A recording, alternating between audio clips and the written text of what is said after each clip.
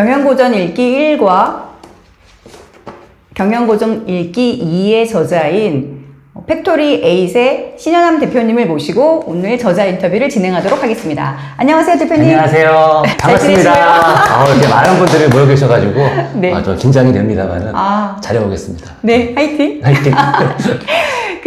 이번에 신간으로 시부사와 H의 일본 자본주의 설계자라는 책을 출간하셨는데요. 네네. 저도 이거 하룻밤 만에 너무 재미있게 읽었는데, 이 경영고전 2권을 읽고 나서 읽으시면 훨씬 큰 도움이 되실 것 같고요. 네, 맞습니다. 예. 20년 동안 시부사와 H를 연구하시고 한국에서 가장 친절한 경영학자이자 경영고전 해설자로서의 시각을 가지고 시부사와 H를 분석하고 있어요. 그래서 다른 많은 분들께서도 시부사와 H에 대해서 썼지만 경영학적 관점, 경영고전에서의 잣대와 철학, 그다음에 기준을 가지고 일본의 메이지 유신 시대를 분석하고 있어서 경영자분들과 리더분들에게 큰 도움이 될 수 있는 책이라고 추천드립니다. 감사합니다. 너무 정확히 찾으니까 피터 드러커도 나오고 찰스 앤드도 나오고 그럼요. 교수님도 나오고 해서 너무나 많은 경영고전의 방대한 지식을 가지고 해석하셔서 풍부한 배울 점들, 통찰 이런 걸 얻을 수 있었는데요. 제가 이 책을 안 썼으면 이 책을 못 썼죠. 그쵸. 이 책을 쓰기 기회를 주셨기 때문에 그랬고 그 덕분에 그걸 다 녹여가지고 여기 담았습니다. 그래서 이 책을 먼저 보셔도 상관없습니다만은 반드시 책을 같이 보셔야 이게 상승 효과가 발생을 합니다. 저희가 이제 코로나 팬데믹이 왔을 때, 경기 침체가 왔을 때 많은 사람들이 대공황기 때는 어떻게 해결했지? 하고 대공황기를 파헤쳐가지고 이제 교훈을 얻어서 팬데믹을 이겨내려고 이제 많은 학자들, 경제 전문가들, 국가 공무원들이 이런 일을 했었는데, 사실 지금은 대전환기라고 해서 인공지능, 디지털 변혁기, 그다음에 정치 변화, 이런 여러 가지 변화들과 어울려서 근대화 혁명과 마찬가지의 커다란 혁명이 일어날 것이다. 변곡점이 일어날 것이다. 라고 하는 그런 시기인데요. 그래서 근대 혁명 시기에 중국과 조선은 발전하지 못했고 일본은 전혀 다른 길을 가서 선진국의 반열에 오르고 오늘날의 선진국이 됐는가. 그때 조선이 놓친 것은 무엇이고 일본이 조선과 같지 않게 가지고 갔던 것은 무엇인가를 배울 수 있는 지금 필요한 시점인데, 그래서 아마 시부사와 H에 대한 공부가 필요한 시기이긴 한데요. 일본에서 2024년 7월부터 1만 엔건의 화폐의 인물로 시부사와 H를 채택했어요. 그렇죠. 돈이 이제 나왔죠. 그렇죠. 유통이 되고 있는데 왜 일본에서는 하필이면 시부사와 H를 1만 엔건의 인물로 만든 건가요? 그렇습니다. 시대정신이 매우 중요하겠죠. 1만 엔건이 워낙 고액 지폐다 보니까 지금까지 표준 모델은 이번 주 시부사가 세 번째입니다.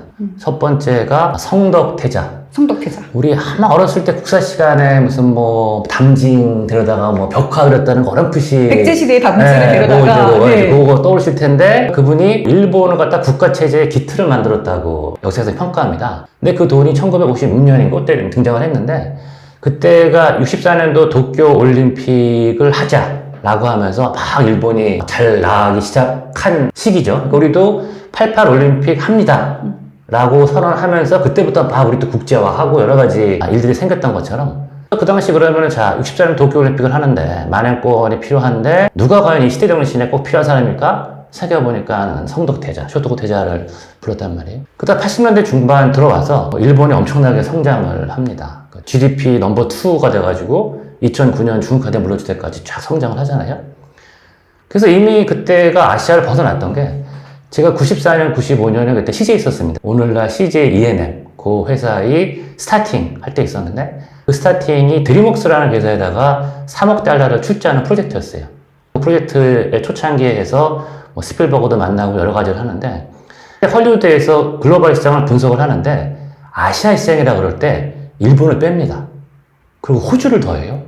야, 참 신기하다. 왜 아시아 시장에서 일본이 빠지고 우리는 호주는 좀 미친데 꼈을까? 왜 그렇게 물어봤더니 일본은 사이즈가 너무 커서 얘네들은 별도로 봐야 된다고 헐리우드에서 얘기를 하더라고요. 호기심이 많았으니까. 그럼 왜 영화만 그런가 하고 대충 인더스트리를 봤더니 80년대 90년대 중반 기준입니다만 그때 대부분의 인더스트리에서 3분의 1이 미국이에요. 6분의 1이 일본입니다. 그러니까 이미 두 나라가 전 세계의 절반을 차지하고 있고, 한국은 일본의 한 10분의 1 수준. 그러니까 전 세계의 한 60분의 1 정도가 이제 한국에 포지션이었단 말이죠. 그러니까 그때 이미 일본은 아시아라고 보기엔 너무 컸던 거예요. 그러면 그 시대에서는 일본은 그러면 우리가 누굴 갖다가 소환하는 게 맞을까? 후쿠자 유키치 갖다가 소환을 했죠. 그 양반이 주장했던 게 탈아론. 아시아를 벗어나져 있으니까. 시간이 흐릅니다. 뭐 여러 가지 이유로. 그러니까 일본이 너무 크다고 걔들이 막 건방을 떨어가지고 뭐 노라고 말할 수 있는 일본 그러면서 막 미국한테 뭐 시쳇말로 엉까고 그러니까 그 미국이 이쁘게 보겠어요. 그냥 좀 치워줬더니 마구 올라와서 얘는 안 되겠다. 뭐 플라자 합의, 뭐 미일 반도체 협정. 그래도 말 안 되니까 슈퍼 301조 마구 그냥 하기 시작을 하니까 일본이 90년 들어서 드디어 시작을 하죠. 10년 갈 줄 알았더니 20년 가고 20년 갈 줄 알았더니 30년 와요. 더 이상 일본이 아닌 거예요. 내부적으로 뭐 이러면 안 되겠다. 그래서 뭔가 좀 분위기를 바꿔야겠다. 네이버로 언어도 바꾸고 그러면서 자, 더 이상 우리가 탈라 얘기할 게 아니라 다른 뭔가 필요한데 그럼 우리가 지금 뭐가 필요할까? 라고 했을 때 다시 메이지 주신 시대로 돌아와가지고 그 당시에 먼저 실용적으로 탈아라고 하는 건 이름이 중요한 게 아니라 정말 실용적으로 뛰어들어가지고 경제 부국을 만든 사람이 누군가 봤더니 시부사였던 거예요.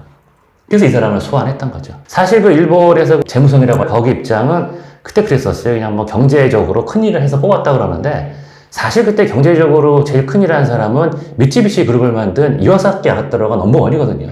근데 왜 이와사키 야스히로가 아니라 뭐 재벌도 아닌 이 사람을 소환했을까? 결국 이 양반이 가지고 있었던 청부정신, 소위 말하는 도덕, 경제, 합일설, 논어와 주판, 돈 벌어야 되지만 마구 버는 게 아니라 논어도 잘 보게 되면은 공자님이 돈은 좋은 거고 깨끗한 돈은 잘 벌어라 했기 때문에 우리는 논어 입각해서 돈을 벌자.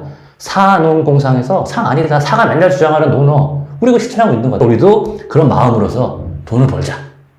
그래가지고 청불안 개념을 딱 만들었단 말이에요. 이 대목 보게 되면은 우리는 청불안 용어는 없죠. 보통 청 뒤에는 빈이 붙습니다. 보통 불안 단어 앞에는 탁이 붙죠. 그러네요. 우리는 청하면 빈이어야 되고. 그다음에 안빈 낙도. 이제 그런 생활을 저도 했다 보니까 괜히 좀 여전히 지금 보게 되면 부자에 대해서 한편으로는 그냥 부러워하는데 부러워하면서 또 한편에서는 그냥 뭐 에이 저거 안 좋게 얘기를 하는 거예요. 근데 깨끗한 부가 있다는 거예요. 그래서 저 양반이 그걸 가지고 일본사에 싹 얘기를 했기 때문에 그런 정신이 스며들어가지고 일본에서는 부자가 되더라도 아주 그 깨끗한 부자. 사실 이 개념이 오늘날의 그 ESG까지 연결이 되거든요. 그래서 이런 그림을 쭉 놓고 봤을 때 그 시대 정신상 이 사람이 필요했다. 그래서 이분을 소환했다.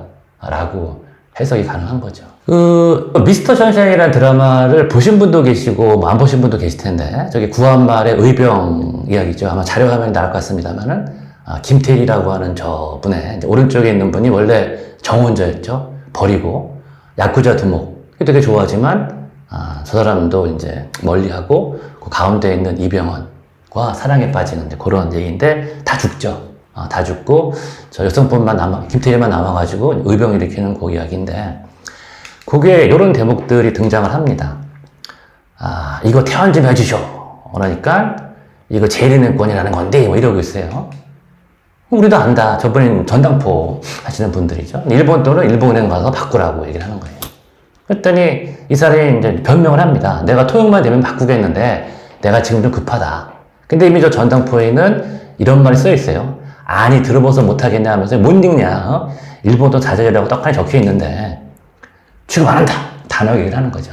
근데 아까도 스틸컷에 처음에 보게 되면은 이 장면이 나오는데 저기 계신 분이 바로 시부사와 H였던 거죠. 이미 그 일본 돈을 바꾸겠다는 얘기는 6년 전부터 나왔었고 그 당시 신문에서 이런 기사가 뜹니다. 그래가지고 이제 시부사와 H가 뭐 일본 국가적 이해만 초점 맞췄다. 조선 뭐 뺏어갔다.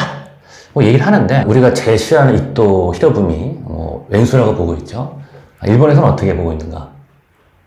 다르게 보겠죠. 거꾸로 안중근 의사. 우리는 의사지만 일본에서는 어떻게 보고 있는가?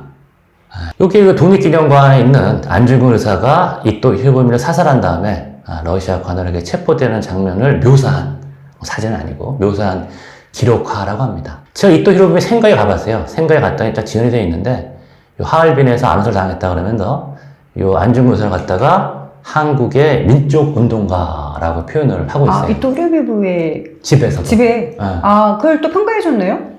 그리고 제가 그 야스쿠니 신사 갔었는데, 거기 똑같이 민족운동가라고 써있고, 테러리스트 아니야? 근데 그거는, 네이버에 나오는 이제 잘못된 해석이고, 뭐 일부 극우주의자들은 당연히 테러리스트가 표현하겠죠. 근데 공식적으로는 민족운동가라고 표현하고 있고, 다만 안중근의 흉탄이라는 단어는 좀 그렇죠. 우리 유경수 여사, 문세관.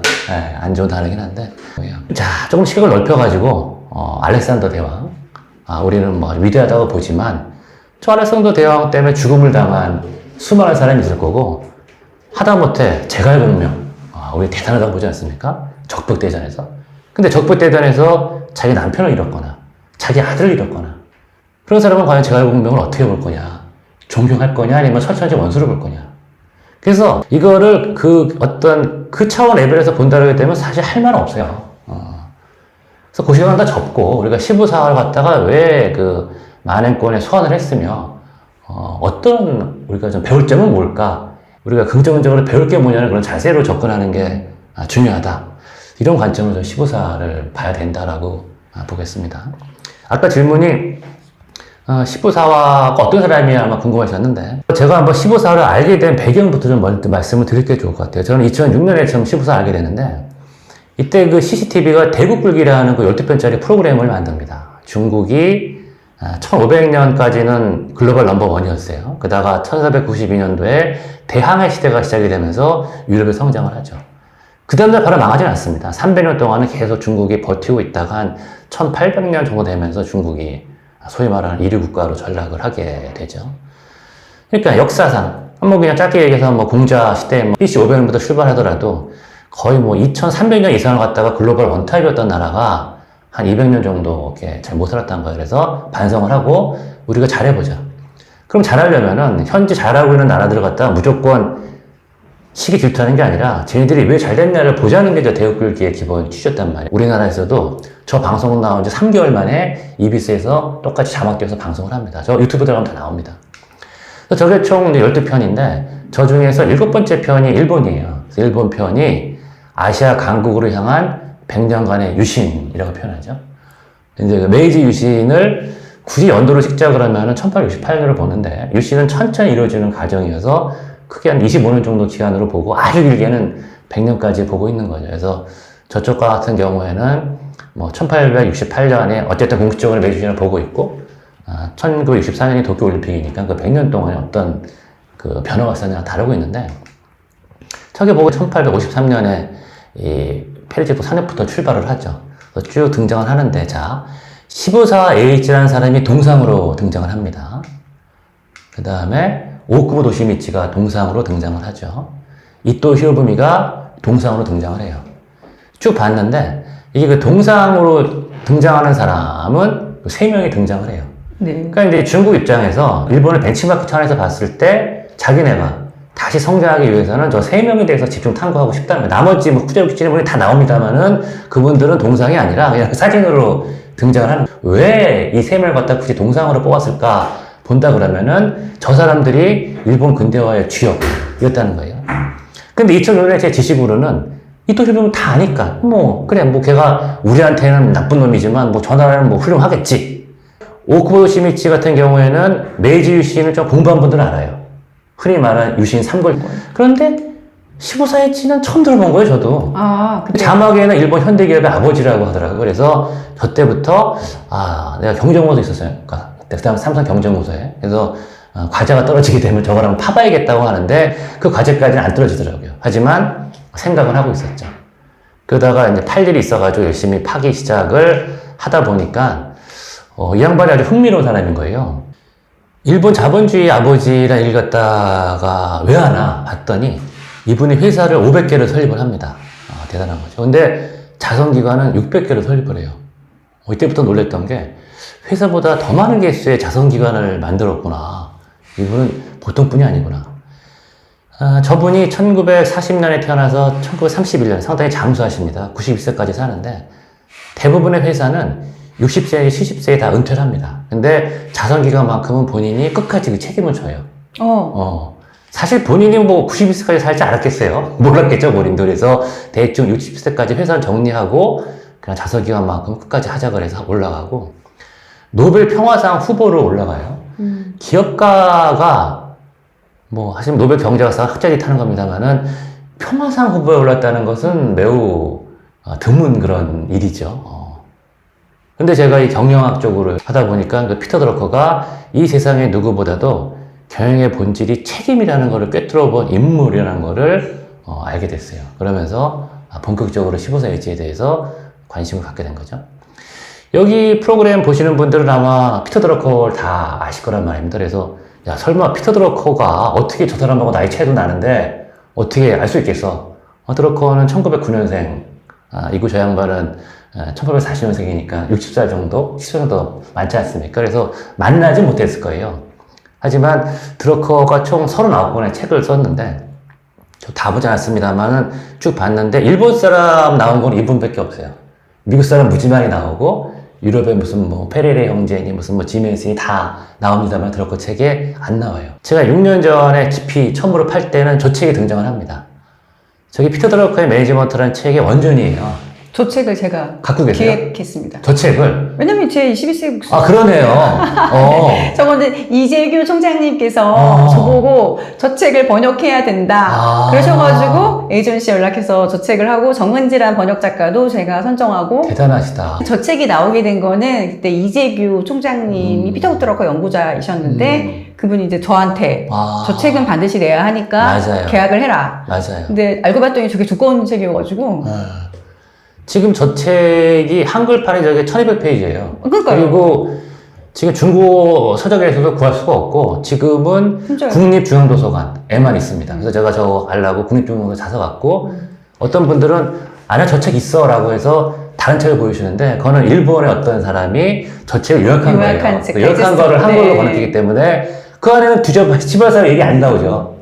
근데 저기 원전을 보게 되면은 이러한 대목들이 등장을 합니다. 15사 엣지가 있는데 이 양반이 뭐라고 얘기했냐면은 에센스 오브 매니저, 경영자 필수 요체라는 것은 웰스, 부자가 되는 것도 아니고 그 다음에 랭크, 쥐가 높다도 아니라 리스판시빌리티, 책임감이다 라는 얘기를 했어요. 드러커가. 그러면서 저 15사에 대해서 대단한 사람이다라고 얘기를 하고 내가 리스판시빌리티 여기서 배웠다는 게 등장을 하고 있고 이런 대목도 등장을 해요. 그래서 일본에서 15사 엣지가 있는데 또 라이스 오브 재팬, 일본이 그 성장한 데에는 이 15사와 엣지의 thought, 생각, and work, 생각만 한 게 아니라 그걸 실행을 옮겼다는 겁니다. 그것이 largely funded on, 아주 넓게 기반이 돼가지고 오늘날의 이제 일본의 부흥을 만들었다라고 제 얘기가 아니라 아무도 거부하지 못하는 드러커 교수님의 말씀이라는 거예요. 그래서 저거 울컥하죠. 야, 15사와 엣지가 왜 우리나라에서 안 태어났을까? 그래서 오타니 쇼헤이 야구 잘하지 않습니까? 우리가 일본 사람 다 싫어해요. 근데 오타니 심지어 이치로도 우리가 얼마나 미워합니까? 이치로. 근데 오타니 쇼헤이 제가 미워하는 한국 사람 못 봤어요. 다들 그 마방진 같은 거 보면서 쟤는 대단한 애야. 쓰레기 갖다 주면서 운을 줍는다고 해가지고 그 쓰레기 줍는 거 보러 옛날에 LA 만다라트 가고 막 그랬단 말이에요. 그런 것처럼 오타니 쇼헤이가 일본 사람이라서 미워하지 않는 것처럼 15사도 드러커가 얘기했던 것처럼 좀 대국적인 관점에서 저런 사람이 있었고 어쨌든 대단한 사람이었고 우리나라도 좀 배워야겠다.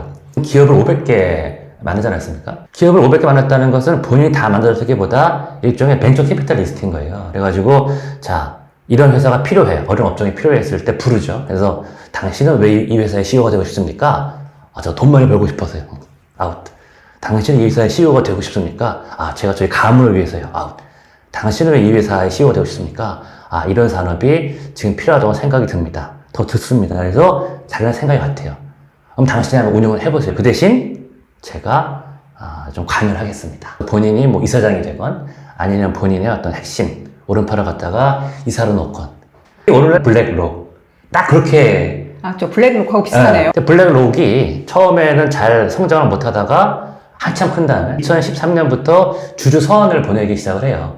자기가 투자한 회사들한테. 2014년 한 해를 거르고 매년 보내는데 처음부터 뭐라고 쓰냐면은 인게이지먼트라는 용어가 나와요. 그래서 가버넌스에서 내가 들어가겠다. 그래서 우리가 원하는 것하고 틀린 방향을 경험하게 되면은 처음에는 경고하고 그 다음에는 우리 멤버 보내고 그래도 안 하면은 당신 집에 보내겠다는 메시지가 간접적으로 들어가요. 2020년인가 그때 본격적으로 좀 ESG 관련 용어가 나오면서 우리도 뜨거 그러면서 한국에서도 ESG 열풍이 불었었는데 어떻게 보게 되면은 이제 그런 것도 15H가 그런 관점에서는 이런 관리했던 거죠. 그러니까 기업까지만 네가 너무 돈만 번다거나 너 또는 너희 회사 그건 아니라는 거예요. 일본을 위해서 너희 회사가 어떤 일을 갖다가 해야 되고 어떤 역할을 해야 되는지에 대해서 계속 주시했다는 거 그런 점이 참 그 15사의 대단한 거고 많은 뭐 대기업들에서도 좀 신규 사업을 많이 하고 싶을 거 아닙니까? 그래서 많은 벤처들을 육성을 하고 있는데 마침 요새 그 15사가 또 일본 만행권에 바꿨다 그래가지고 모 회사의 벤처 투자 대표께서 회장께 보고하는데 저 만행권 같은 표지 모델에 딱 하면서 얘기 시작을 했다는 거예요. 회장께서 끄떡끄떡 하면서 하고 이해했다는 그런 대목도 있거든요. 대기업도 잘해야 됩니다면은 많은 젊은이들이 창업을 하고 창업을 실패하더라도 좌절하지 않고 계속해서 도전하는 그런 풍토가 필요하고 또 실제 많이 이렇게 바뀌어가고 있습니다. 요새 제가 보게 되면 젊은 친구들이 꼭 대기업만 있는 게 아니라 잠깐 들어갔다가 일단 부모님한테는 보여줘야 되니까 원하시는 대로 뭐 갔어요 보여준 다음에 지금부터는 제가 하고 싶은 거 할게요 나와서 창업 많이 합니다. 창업 많이 하는데 단순히 돈 버는 게 아니라 어떤 그 사회적인 의미가 뭐가 있을까를 많이 찾는 친구들을 꽤 많이 봅니다. 분명히 희망이 있고 그런 상황에서 성공하신 많은 분들이 뭐 자기 개인 회사가 됐건 아니면 대기업의 조직이건 간에 이런 뭐 젊은 벤처들과 다 많이 육성해 주는 게 필요한데 그러한 롤 모델로서도 15H는 딱히 뭐 일본에만 필요한 게 아니라 현재 한국에서도 저 사람이 했던 일이 매우 필요하다라고 저는 생각을 합니다. 우리 그 경영 고전 읽기에도 매우 이제 중요한 테크닉이 많이 들어가 있고 또 이 책에는 15사의 사상이 들어가 있으니까 요 세 권을 갖다 다 공부하시게 되면은 충분히 도움이 될 거다라는 이런 말씀을 드릴 수 있겠죠. 사실 이 당시만 해도 일본 사람들은 잘 15사를 몰랐었어요. 그러다가 2019년에 앞으로 5년 후에죠. 그러면서 그때부터 15사가 누구야 하고 좀 궁금하기 시작을 했고 2021년에 저 NHK 대하 드라마가 방영이 됩니다. 지금은 뭐 넷플릭스다 유튜브다 때문에 옛날처럼 시청률이 높지 않습니다만은 저 NHK 대하 드라마가 초창기에는 시청률 70%막 이랬었어요. 엄청 났죠. NHK 드라마. 네. 아마 이제 윗세대에서는 뭐 여로라고 하는 그 드라마가 박근영 씨가 좀 나쁜 사람으로 나오고 젊은 박근영이죠. 네. 그래가지고 그 당시만 해도 이 텔레비 안 보던 사람들이 여로를 모르면 대화를 못하니까 바쁜 분들이 어쩔 수 없이 여로를 보거나 아니면 사모님께 야 오늘 스토리가 뭐였어? 라고 그 정도가 인기가 있었는데 이 NHK 대하 드라마도 그 이상 인기가 있었다가 점점 줄어들었습니다만 우리 치게 되면 KBS니까 저기서 1년 내내 매주 하는 방송이니까 저기 주인공이 됐죠. 그러면서 그때부터 더 많은 사람들이 알게 됐고 7월 3일부터 벌써 이제 좀 시간이 지났습니다만 그때부터 많은 건이 유통이 됩니다. 그래서 제 지인들도 최근에 일본 갔던 친구들이 이거야 그래가지고 사진 찍어서 보내주더라고요. 저는 아직 신고는 못 봤는데 제 손으로는. 그래서 뭐 돈이 있으니까 우리도 뭐 신사임당 등장하면서부터는 누군지 다 아는 것처럼 지금은 다 알고 있다고 생각이 듭니다. 전 국민이 알고 있고 또 그걸 가지려고 많이 노력하신. 그렇죠. 돈이니까. 네.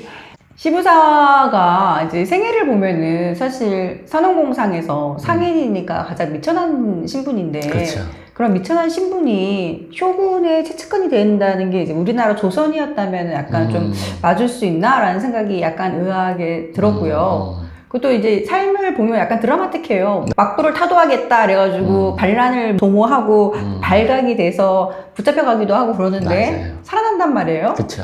그리고 매번 그런 일들이 반복이 되는데 파란만장한 인생에 대해서 잠깐만 얘기해 주실 수 있나요? 그럴까요? 뭐 그럼 그분의 인생에 대해서 좀 들어가 보겠습니다. 아버지가 산업공상 중에서 농도 하고 상도 하고 공도 다 했어요. 그러니까 소위 말하는 부잣집 하지만 이제 사무라이 아니었기 때문에 분홍의 자식으로 태어났죠.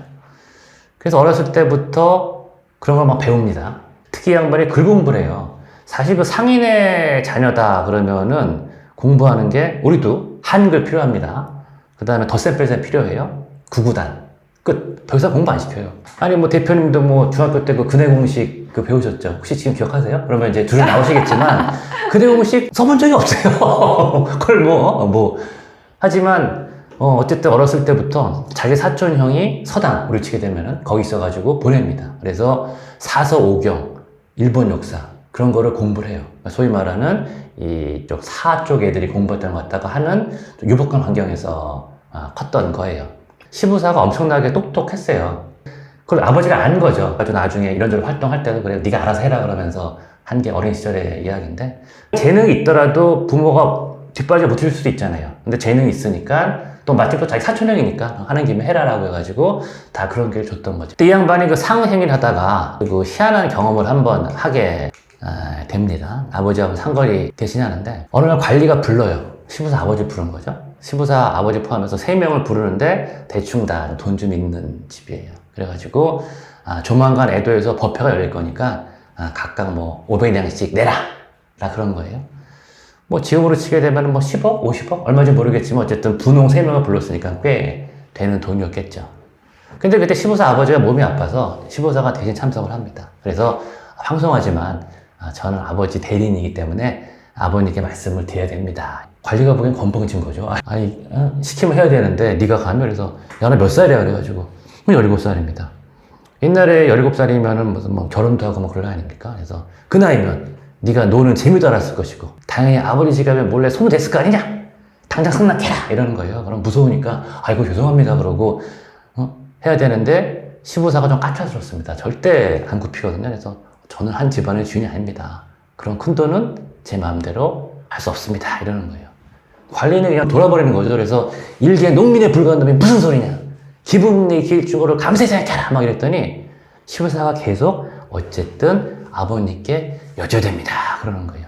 그랬더니 관리가 이런 발칙한 놈 봤냐, 더러운 방법으로 번 돈, 하찮은 상인배, 뭐 야비한 근성 막 이런 얘기를 해요. 네가 어떻게 잘 아냐? 그 기록에 나와 있어요. 시부사가 저 17살 때에 저 받았던 모욕감이 얼마나 심했으면은 나중에 자기가 썼겠어요.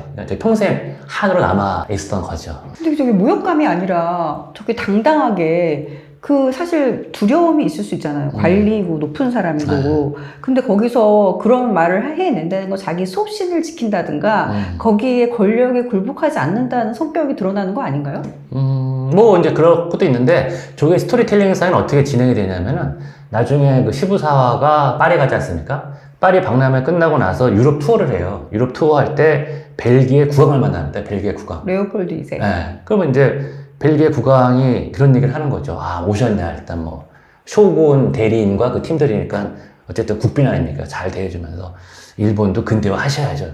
필요합니다. 하시려면 무슨 사람이 필요하신지 아십니까? 잘 모릅니다.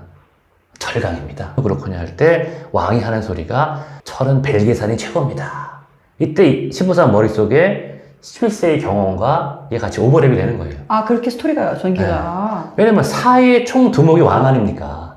왕이 상행을 하고 있는 거예요. 자기는 상하농공상에서 상은 가장 하찮은 생각했었는데 사의 총 두목이 상행하는 거 보고 유럽은 이렇기 때문에 일본도 시스템이 이렇게 바뀌지 않고서는 절대 유럽처럼 될 수 없다라는 것을 그때 깨우치게 되는데 그 스토리상 저게 등장을 하는 거죠. 네. 그래서 시부사가 1863년에 조낭양이 운동에 합류를 합니다. 이러려면 우리가 살짝 저 당시에 메이지 유신 그 무렵을 좀 봐야 되는데, 메이지 유신을 제가 25년간의 과정을 말씀드렸었는데, 연도 하나 외우시면 돼요. 1853년. 이 해가 페리가 등장을 해요. 그래서 그때부터 앞에 5년은 무언가 일어나기 위해서 불을 끓던 시기, 그 뒤에 10년이 쇼군에서 천황으로 정권이 넘어가는 시기, 그 뒤에 10년이, 그러면은 천황 갔다가 세웠으니까 수많은 사람들이 또 내가 했니 서로 싸울 거 아닙니까? 그때 한 명이 정권을 잡아가는 시기 해서 총 25년을 갖다가 요 메이지 유신의 그 기간에다가 보게 되면은 이제 편한 거죠. 그러니까 저 때는 1863년이라는 것은 1853년부터 그 5년이니까 1858년에 무슨 일이 있었겠죠. 그 다음에 1868년이 정권이 넘어가는 시기가 그러지 않았습니까? 저 시기가 이 쇼군에서 그 천황으로 정권이 넘어가던 한 중간 시기예요. 그러니까 수많은 데서 쇼군 더 이상 필요 없다. 우리도 서양 물리치고 왕. 그러니까 이제 천황 띄워야 된다. 막 운동을 하던 시기여가지고 거기에 같이 참가해가지고 시부사도 자기 고향 근처에서 무기 뺏어다가 요코하마에다가 불을 지르겠다라는 그런 계획을 짜죠. 근데 좀 보니까 탁탁 떠는 거예요. 뭐 되겠어요. 몇 명이서 그래가지고 이건 아니다라고 했는데 문제는 이분들이 그 서로 이제 각서가 있었겠죠. 방어하겠다고. 그러면 이걸 안 하겠다고 했으면 각서를 찢어버려야 되는데 다들 각서를 품고 다녔던 거예요. 근데 위험한 걸? 이상한 거죠. 그런데 그 계획자 중에 한 명이 각서가 있던 게 발각이 된 거예요. 그럼 뭐 15사가 있으니까 추적을 해가지고 이 15사가 누군지 한번 좀 부르는 과정이 오는데 그 사이에 15사는 뭐라고 썼냐면은 저 방화계획이 나가리 안 되고 나서 결국은 자기가 알던 사람 밑으로 들어가게 됩니다. 저 히라오카 엔시로라는 사람이 등장을 하는데 저 당시가 그 쇼군이 있었지만 사실 그 당시 쇼군은 조금 별로 힘이 없었고 옆에 있는 히도츠바시라는 가문이 있어요. 그 가문의 우두머리가 나중에 15대 쇼군이 되는 거고 저 양반의 오른팔이 저 히라오카 엔시로라는 사람이에요.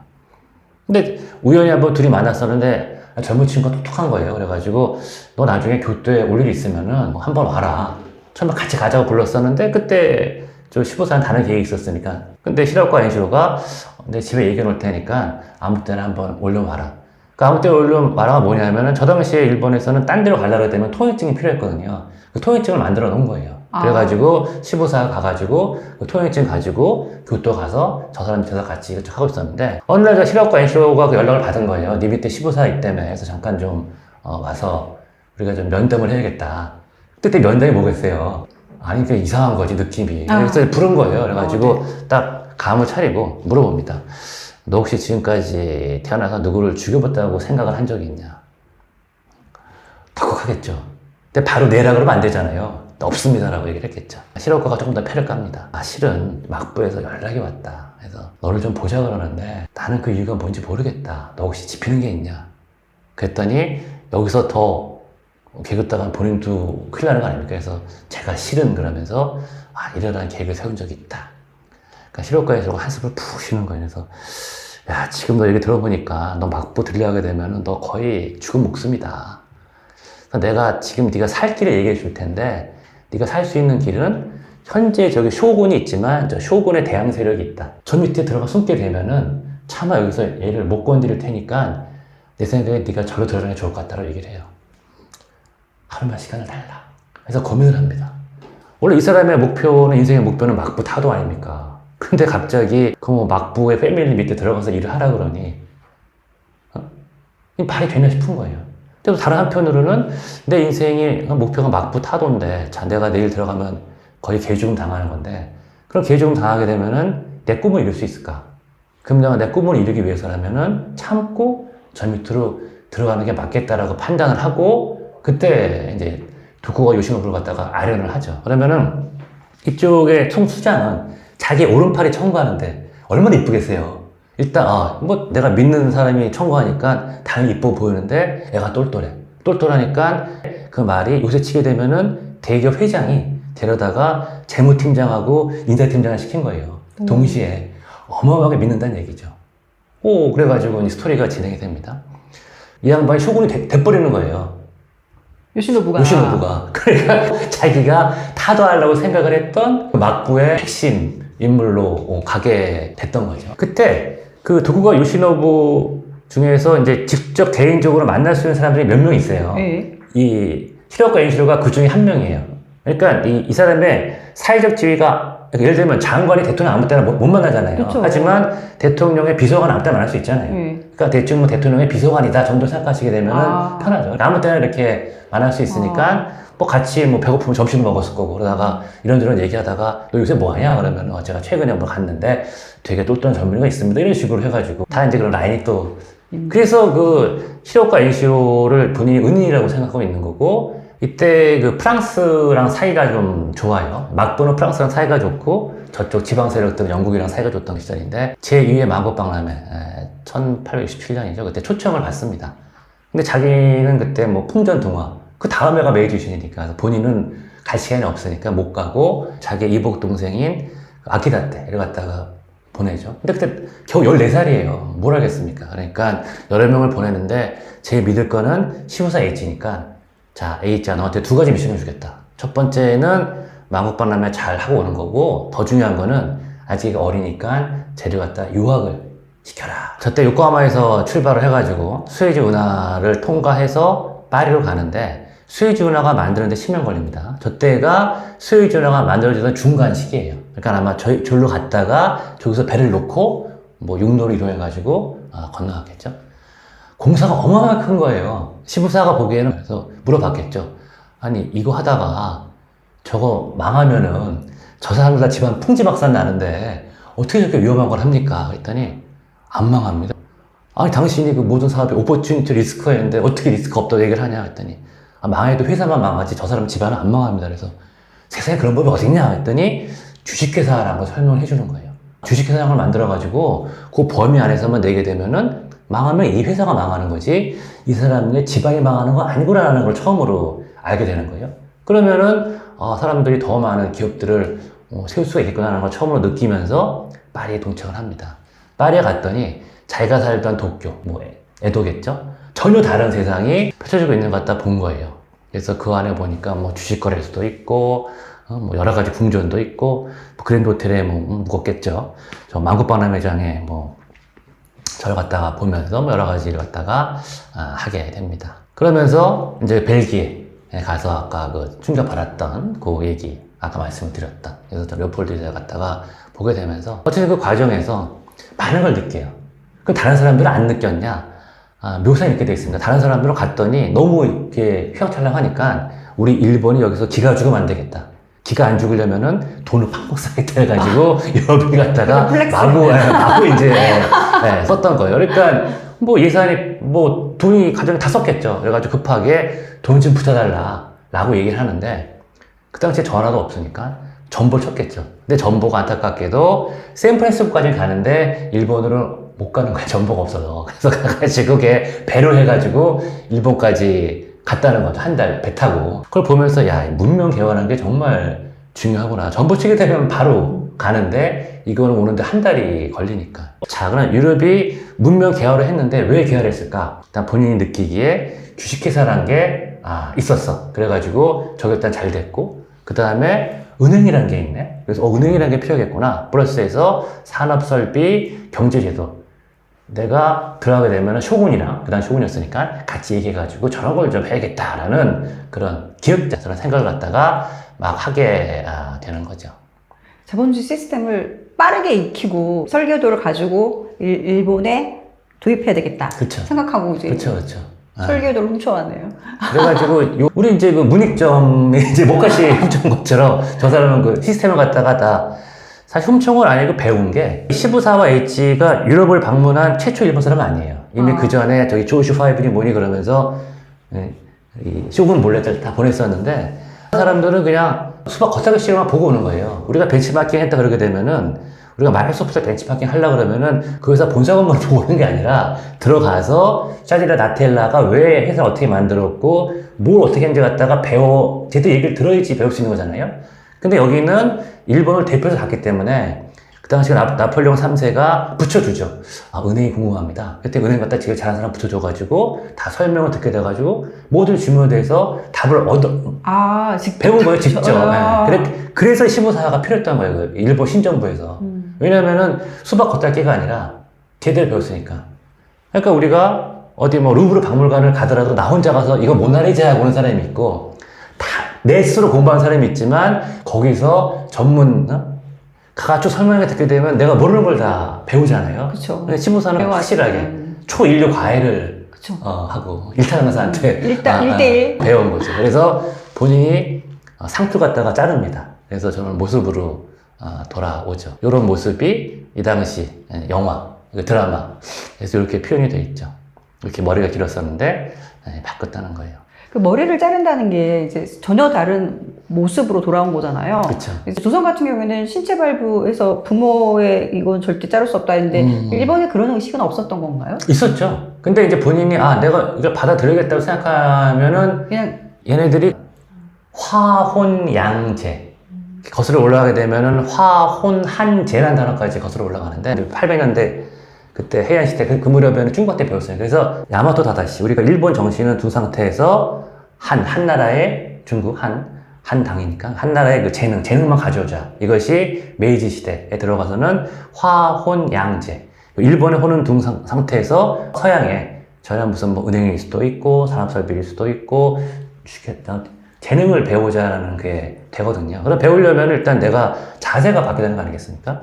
서양에서는 헤어칼라 이렇게 그 가르마 타면서 이렇게 하는 스타일 있지 않습니까? 그런 것들이 다 흉내내고 앉아있네 욕먹을 게 아니라 뭔가 배우겠다는 자세인 거죠. 그래서 글로벌 매너 그런 차원에서 저는 보고 있습니다. 그래서 뭐 얘기 나오면 좀 더 말씀드리면은 그래서 거기 쭉 이렇게 해서 잘 키우려고 그러는데 그 사이에 정권이 바뀌죠. 신정부에서는 다 들어와라. 근데 본인은 받은 미션이 저 아키다 때, 그러니까 이복 동생을 유학받으라는 미션이 있으니까 다른 사람은 돌아가도 본인은 남아 있었죠. 그러면 신정부에서 돈을 끊겠죠. 그렇게 마음대로 하라고. 근데 자기가 보니까 주식들을 배웠잖아요. 주식 투자를 합니다. 운 좋게도 돈을 벌었어요. 와. 저 때 만약에 돈을 잃었으면은 뭐 잃고 하는데 아마 그 일본에서 그 주식거래를 탄생 매우 늦었을 텐데 다행히 땄기에 네. 이제 나중에 원래 그 일본에서 상업의 도시는 오사카 아닙니까? 그러니까 당연히 주식거래소 또 오사카에서 먼저 생겨야 되는데 오사카보다 한 달 먼저 도쿄에서 생겨요. 그게 시부사가 만든 거고 아마 시부사가 때 돈을 따가지고 이거 좋은 거야 라고 하지 않았을까 라는 추측을 하게 되는데 어쨌든 들어오게 되죠. 들어왔는데 뭐 자기 모였던 쇼군이 이제 뭐 날개 잃은 됐으니까 그래도 의리가 있으니까 잘 구해줬으니까 생명을. 그래서 앞으로 내 인생은 우리 라스트 쇼군인 요시도와 함께 해야겠다 라는 마음을 먹어요. 자, 신정부가 들어섭니다. 신정부가 권력은 있지만 돈은 없잖아요. 그래서 새로운 화폐를 발행해가지고 각 번에다가 할당을 하죠. 야 이거 다 돈이야 하면서 그러면서 뭐 어떡하겠어요. 그 서슬퍼런 신정부가 뿌리는 돈인데. 하지만 뭐 이거 돈이라고 하지만 돈 아니라고 해서 다른 번들은 두는데 시조가에 있었던 이 시부사는 아는 거죠. 이거 어차피 돈. 그래가지고 그걸 베이스로 해가지고 제가 유럽에서 배워온 은행하고 종합상사가 합쳐진 그런 형태의 조직을 만들어서 저걸로 돈벌이를 막 시작을 합니다. 그러다가 시부사가 대장성 관료로 들어가게 돼요. 드문 일이죠. 왜냐면은 항상 새로운 정권이 바뀌게 되면은 우리들 사람만 쓰잖아요. 다 사람 실력이 다 고만고만한 거고 내가 믿을 사람을 써야지 왜 내가 이전 안 쓰다 이거예요. 그게 이제 기본 상식인데 시부사를 부른 거예요. 정말 독특한 경험을 했으니까. 딴 애들 죄다 저 영국 가봐수요 하는데 가서 뭐 배웠어 하고 물어보니까 눈으로 본 거 있는데 배운 게 없는 거라. 근데 시부사는 다 배운 게 있다는 게 소문이 난 거예요. 신정부에서 제 필요하다고 부른 거죠. 참, 난 신정부 사람인데 구정부가 왔어요. 얘가 좀 깐깐하거든요. 얘랑 친해지겠습니까? 왕따 놓겠습니까? 왕따 놓겠죠. 왕따 놓겠죠. 그럼 시부사는 어떻게 하겠어요? 나가면 되는 거잖아요. 사표를 써요. 나한테 여기서 더 이상 일 못하겠다고. 그런데 여기서 오오쿠마 시게노부라는 사람이 등장을 합니다. 이 사람이 설득 대왕이라고 불리는 사람인데 시부사 사표를 갖다 보고 나서 시부사야 너 왜 그만둘라 그래서 원래 가서 이제 쇼군이랑 같이 일하려고 그런다. 그랬더니 너 신정부에서 네가 쭉 필요해. 너 인재고 너 정말 대단하거든. 네가 좀 국가를 위해서 일해야지. 저는 국가는 뭐 알아서 하시고요. 저는 뭐 우리도 지킬 겸 쇼군을 하겠습니다. 그랬더니 오오쿠마 시게노부가 마지막 카드 갖다 던지죠. 네가 만약에 쇼군한테 간다 그러면은 세상 사람들이 쇼군을 어떻게 볼 것 같아? 무슨 말씀이세요? 야, 저 요시노부 지금 근신초문 받고 있는데 아직도 정신 못 차리고 신정부 들어가서 열심히 일하는 애 빼다가 자기 사리사욕 그냥 챙기고 있구나. 역시 저놈은 쇼군의 자격이 없어. 이런 얘기 듣지 않겠냐? 우리 쇼군 그런 사람 아닌데요? 아니 네 생각이 아니라 일반 사람 얘기를 하는 거야. 거꾸로 네 여기 한번 남아있어 봐. 그럼 세상 사람들이 뭐라 그랬어? 야, 우리 그 시부사가 정말 오른팔인데, 마지막 쇼군은 자기 오른팔까지 내서 이 국가를 위해서 일하는 사람이구나. 저 사람은 정말 쇼군의 자격이 있는 대단한 사람이라고 칭송하지 않겠어? 뭐 그렇겠네요. 그럼 네가 진정으로 쇼군을 위하는 게 가서 쇼군을 도와주는 거야? 아니면 여기 남아서 안타깝지만 그냥 쇼군을 띄워주는 거야? 남는 게 맞는 것 같네요. 그 다음 네가 알아서 해. 그럼 얘기한 거예요. 대단하네요. 설득 받았잖아요. 그러니까 어떻게 그러면 가겠어요. 그러면 당신이 TF를 좀 만들어라. TF 장을 하고 날 TF1으로 써달라. 그러면 이제 본인이 알았다는데 본인이 이제 TF 헤드가 되고 그 밑에 TF 일원으로서 시부사가 껴서 무지 많은 일을 하게 되는 거죠. 시부사가 1840년생이고 또 이러보니까 1841년생이에요. 그러니까 둘이 되게 친해지게 돼요. 동갑 거의 비슷한 동년배. 그러면서 이제 이토 히로부미가 미국 가서 많이 배우는데, 내셔널 뱅크라는 그런 그 단어도 이토 히로부미가 가서 이제 배워와서 나중에 시부사가 은행을 만들 때 뭐 제1 하면서 국립은행이라는 게 있는데 그 국립은행이라는 게 내셔널 뱅크에서 따와서 그대로 번역한 거지 그게 무슨 뭐 한국은행이나 일본은행 같은 그런 국가가 만들었다는 개념이 아니거든요. 어쨌든 그런 식으로 넘어올 때도 와서 어쨌든 이 국가를 위해서 참 큰일을 하죠. 근데 큰일을 할 때 또 무슨 문제가 생기냐 하면은 오쿠보 시게노부보다 더 윗사람이 더 파워풀한 사람 저 당시 이제 권력 넘버원 실세가 오쿠보 도시미치가 그때 정권을 갖다가 막 잡기 이제 그런 이제 무력 있죠. 왜냐면 유신 3권줄의 한 명인 정도의 수준이니까. 대체 오쿠보 도시미치가 부국강병을 추진하고 있었어요. 그래서 뭐 예를 들어 1년 전체 예산이 무슨 뭐 4천이다 그러면 그 중에서 뭐 1,000을 갖다가 국방에 쓰자. 근데 이 시부사가 보기에는 그렇게 많은 돈을 국방에 쓰게 되면은 뭐 산업 건설에 쓸 돈이 없지 않습니까? 그쵸. 그래서 지금은 거기 돈 쓰면 안 된다. 정신 차려라. 지금 다 쇼군하고 싸움도 끝났고 지금부터 내실 열심히 해야지 무슨 국방하고 앉아있냐. 근데 시부사가 그걸 딱 공손하게 얘기를 해도 윗사람이 듣게 되면 이 자식 봐라 할 판에 거의 뭐 대놓고 얘기를 한 거예요. 그러니까 시쳇말로 뒷담화를 간 게 아니라 앞에 대놓고 하다 보니까 오쿠보 도시미치도 자기가 넘버원인데 어디서? 가만두면 안 되잖아요. 그래가지고 막 너 그러면 너 옷 벗어야 돼? 했더니 벗겠습니다. 그래가지고 옷을 벗고 나와버린 거죠. 결국은 나오고 그래가지고 민간인이 신분으로 돌아섰던 겁니다. 그 전에 본인이 은행을 만들려고 정부 관료 차원에서 그래가지고 미쓰이 그룹하고 오노 그룹하고 같이 해가지고 은행을 만들어라 라고 하는 미션을 갖다 준 상태에서 본인이 나왔으니까 나와가지고 두치라고 하는데 그 헤드를 갖다 맡으면서 이렇게 은행을 하나하나 만들어가는 그런 스토리가 전개가 되죠.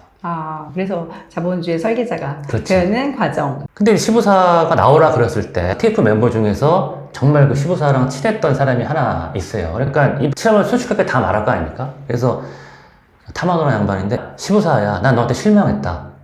왜요? 나이가 좀 많거든요. 아니 너는 보니까 되게 똑똑하고 어쨌든 네가 지금 정부 관료 들어와서 구시대 사람임에도 지금 신정부에서 지금 승승장구하고 있는데 내가 가만 보니까 너는 미니멈 무슨 뭐 경제기획부 장관인데 그 나가서 쓸데없는 쌍것들이라는 그런 상행을 한다는 거 보고 난 너한테 크게 많이 실망을 했다 라는 얘기를 하는데 그때 이런 얘기를 하는 거죠. 만약 국가의 모든 인재가 별 볼 없는 사람들이 이런 생업에 종사한다 그러면은 어떻게 나라가 건전한 발전할 수 있겠냐 그런 말을 이런 얘기를 해요. 네. 그러면서 혹시 여기를 보시는 분 중에서 정부 관련 분들한테 대단히 죄송합니다만은 제 얘기가 아니라 시부사 얘기니까 시부사가 솔직히 말하면 관리는 평범한 사람일지라도 감당해 나갈 수 있다. 하지만 상공업자는 재주와 수완이 없이는 일해갈 수 없다라는 멘트를 하죠. 그런데 아직까지도 이런 거 사농공상 이런 계급사상에 이끌려가지고 정부의 관리가 되는 것은 영광, 상공업자 창피해 이런 잘못된 생각을 일소 쫙 밀어버리는 것이 급선무이며 이와 더불어서 상공업자의 실력을 기르고 지위와 품격을 향상시키는 것이 매우 중요하다. 나는 그런 일을 하기 위해서 나간다. 이런 얘기를 하면서 나가게 되는 거죠. 예. 거의 출사의 변이네요. 네. 그 시부사화가 그래서 민간 실업계에 들어든 게 33살이죠. 근데 뒤져보게 되면은 시부사도 나름 크게 3번의 좌절을 겪어요. 첫 번째 좌절이 쇼군 타도 했다가 이제 쇼군에 들어갔다 해서 오케이 지금부터 내가 마음 잡고 쇼군에서 열심히 일하자. 근데 파리 박람회 가는데 정권이 바뀌었네. 그래가지고 자기는 일 안 하고 나서 에이 나 그냥 평생 쇼군 위해야지 하는데 우쭈 찾아보니까 신정부를 위해서 일하게 돼요. 그래 그럼 지금부터 신정부에서 일하자 라고 일을 하는데 어떻게 하다 보니까 이제 안 맞아가지고 그러니까 본인이 사표 쓰고 나온 겁니다만 어쨌든 뭐 자의반 타의반으로 나오게 되는 거죠. 그러니까 본인은 계속해서 좌절인 거예요. 제가 15살 조금밖에 몰랐을 때는 이 사람이 엄청나게 럭키한 사람이다. 왜냐하면 아버지가 부자였기 때문에 상, 그 다음에 공부 다 할 수 있었고 또 일본에서 최초로 유럽 가서 유럽의 시스템을 제대로 배워왔으니까 럭키한 거잖아요. 그것만 봤었는데 조금 더 파다 보니까 상당히 많은 좌절이 또 있었다는 거예요. 그래서 인생이란 게 멀리서 보기에는 희극이지만 가까이서 보면 다 비극이다 이런 말이 있던 것처럼 이 사람은 수많은 좌절을 겪었다. 혹시 이 유튜브 보시는 분 중에서도 현재까지 내 인생이 안 풀리고 있어 그러시면은 앞으로 어떻게 될지 모른다는 거고, 그 사람은 33살부터 잘 풀렸잖아 하시면은 이 나이 때 33살은 요새 나이로 최소한 40대 중반입니다. 수명이 점점 길어지고 있잖아요. 그러니까 앞으로 미래 어떻게 될지 모른다는 거예요. 우리의 그 인생이라는 것은 내가 지금까지 이렇게 살았기 때문에 앞으로 이렇게 살 거라는 거는 절대 아닌 거고, 지금부터 항상 새로운 결심을 하시고 새롭게 나아가시는 거, 우리가 시부사가 33살까지의 걸어온 길에서 반드시 배웠으면 좋겠다는 말씀을 꼭 드리고 싶습니다. 근데 진짜 시부사가 계획한 인생대로는 전혀 되지 않았는데 계획하지 않았으나 열심히 살았던 과거들이 그 다음번 일을 하는데 도움은 다 되신 그렇죠. 것 같아요. 왜냐면 그렇죠. 어렸을 때 그 이제 사쪽에 공부를 했기 때문에 네. 논어와 주판이 됐고 네. 뭐 아니면 이제 열심히 했으니까 만국박람회 갔다 왔던 것이 그 다음번 또 그 그렇죠. 다음번 일에, 그러니까 계획대로는 안 됐지만 그 축적된 경험과 공부는 그대로 다 이제 이용이 된 거 아닌가요? 그쵸. 경험이 되게 많이 중요하다는 거예요. 저는 이 책을 읽는다는 게 얼마나 가성비가 높냐고 생각하냐면은, 책 쓰는 저자들은 1년 이상 자기 전력을 다해서 한 권 써요. 하지만 여러분은 한 10,000원, 20,000원에 한 2~3시간이면은 이 양반이 1년 동안 쭉 노력하다가 그의 정수를 다 쫙쫙 흡수할 수 있는 거거든요. 그런 관점에서 책도 좋고, 또 유튜브에서는 저자와의 대화도 좋고. 그래서 이제 그 이후에 사표 쓰고 나와서 민간에서 이제 자본주의 설계자의 면모를 드디어 전성기가 시작되는 거네요. 그래서 제일 먼저 했던 일이 은행을 건립을 하게 되는 거죠. 본인이 파리에서 봤던 게 역시 은행이 필요하고, 은행이 있어야 그걸 베이스로 해가지고 기업도 할 수 있으니까 일단 은행이 필요하다. 그래서 제1국립은행이라는 거를 만들게 됩니다. 그 일본은행이 생기기 9년 전인가 먼저 만들고, 이 당시에 은행들이 다 발권 기능이 있었어요.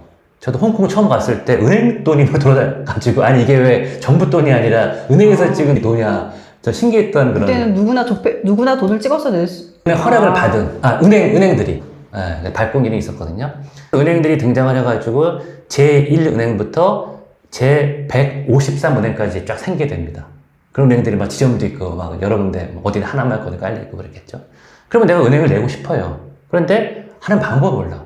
그럼 당연히 제일 처음에 은행 낸 사람을 만나가지고, 아 정말 죄송한데 제가 한번 은행을 내보고 싶은데 이렇게 내라고 쓰여있는데 이 문제가 이해가 안 갑니다. 이게 무슨 소리입니까? 라고 물어봤을 거 아닙니까? 시부사가 또 말하는 거 좋아하거든요. 막 또 설명을 해주고 그러면서 또 친해지겠죠. 그래서 일단 은행이라는 게 금융권에서 가장 중요한데, 금융 네트워크를 먼저 이 사람이 쫙 만들게 되는 계기가 처음에 이런 그 은행부터 시작해서 시작을 했다는 거예요. 그래서 시부사가 첫 번째 은행을 만드니까 야스다 젠지로라는 사람은 우리가 3대 재벌 그러면은 흔히 미쓰비시, 미치, 스미토모까지는 다 아는데, 거기 하나 더 더하게 되면은 이 재벌이 야스다가 만든 그 재벌이거든요. 또 이와쿠라 토모미라 그래가지고 메이지 유신 때 매우 큰 역할을 했던 사람인데, 저 사람은 좀 족보가 좀 산업공사에서 좀 위에 있는 공경이라는 계급이 있는데 거기 있던 사람인데, 저 사람이 또 화족도 시켜가지고 만든 은행인데 거기 좀 자본금이 좀 세죠. 그래가지고 참고 삼아서 만들어 왔던 이제 그런 거죠. 그러다가 이제 그 주식회사 갖다 설립을 하기 시작을 하죠. 은행이 됐으니까 다음부터 필요하니까. 근데 제일 처음에 어떤 게 필요하냐라고 봤을 때 제조업이 필요하다고 봤던 거예요. 자기가 봐서 보니까, 자, 돈도 종이야. 그 다음에 무슨 뭐 주식도 종이야. 그 다음에 우리 책. 또 이 종이야. 문화사업이 얼마나 중요합니까? 그래서 책이야. 마음의 양식. 따라서 제조사업이 제일 먼저 중요하다. 그래서 은행원 만들고 그 다음에 바로 만드는 게 제지업에 뛰어들어요. 흥미로운 게 이런 게 있습니다. 제가 이걸 한번 읽어보겠습니다. 언제나처럼 전철을 타고 경제신문을 펴든다. 대충 보고 나니 전철 내 맥주 광고가 보인다. 퇴근길에 하나 사야겠구나 생각하니 아차 현찰이 부족하다. 회차 근처 은행 ATM에서 돈을 뽑는다. 연말인가 봐요. 이번 크리스마스는 호텔 패키지를 즐기고 연초에는 고궁에 다녀와야겠다. 그 전에 병원에 입원 중인 할아버님 병문안도 맞춰서는 안 되겠다. 자, 할아버님이 병원에 계신 거로 봤을 때 좀 젊은 친구겠죠. 아직 생존에 계시니까. 그 다음에 회사 근처 ATM, 그 다음에 호텔 패키지. 회사원인데 조금 좀 급여를 많이 받는. 그쵸, 화이트 클라스. 그렇죠? 패키지 같이 갈 정도니까. 호텔 가니까.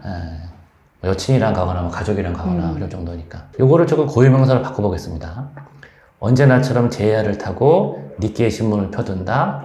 삿포로매출 광고 보인다, 미주은행 돈을 뽑는다, 호텔은 제국호텔 패키지, 고궁은 메이지 신궁, 할아버지는 세로가 병원에 입원해 있다. 저 빨간색이 다 시부사 H가 그런 광고가 아니라 이걸 다 만들었던 사람이에요. 그러니까 대단하네요. 많은 회사를 갖다가 만들었다는 거죠. 은행 만들어, 회사 만들어. 그게 다냐?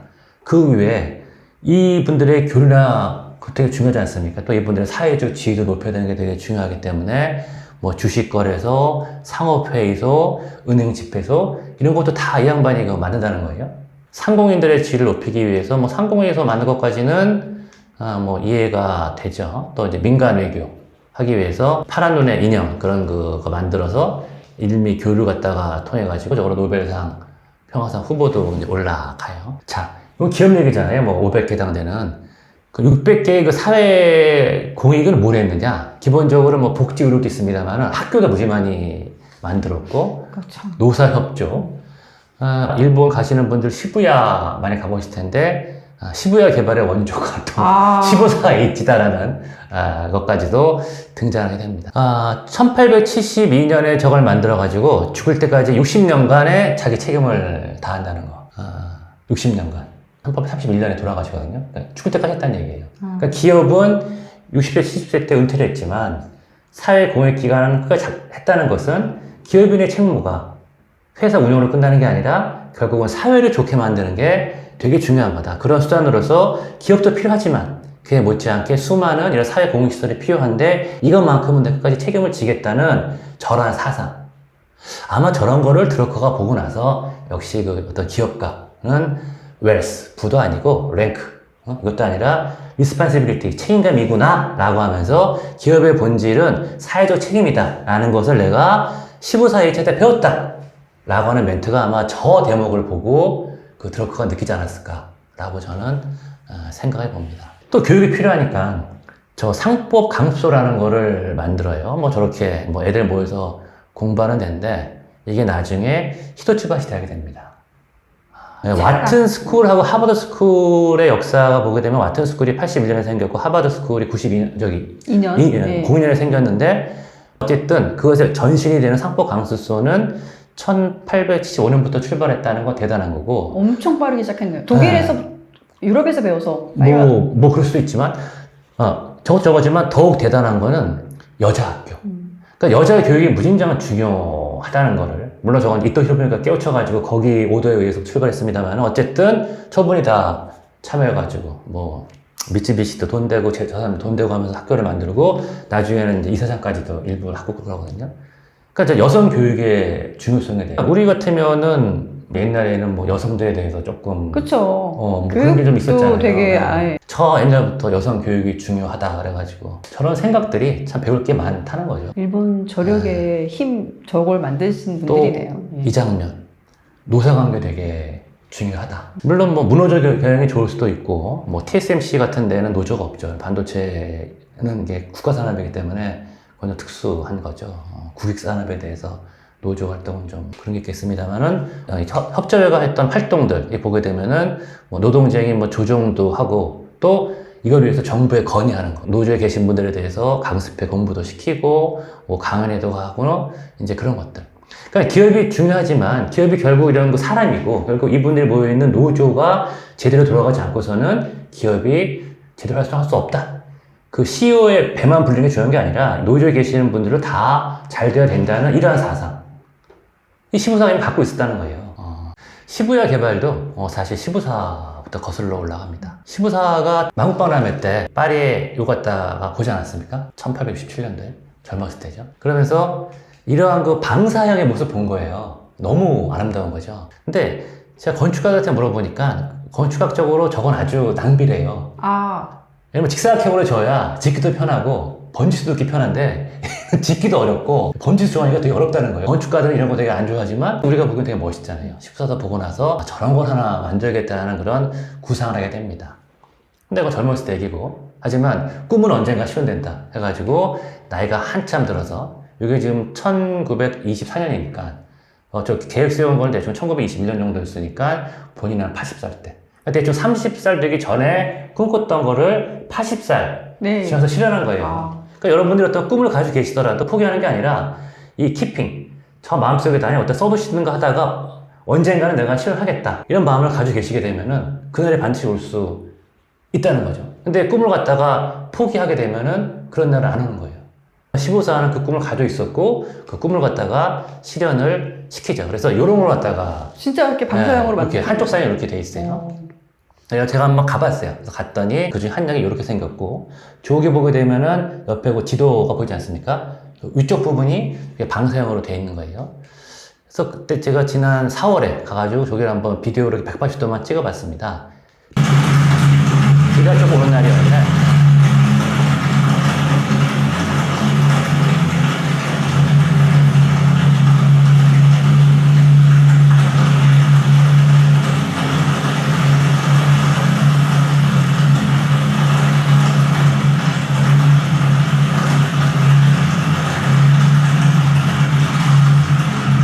어쨌든 뭐 이런 모습이었는데 자 정면을 보게 되면 이런 게 보이죠. 그래서 좀 요 갖다가 확대하면은 이렇게 돼요.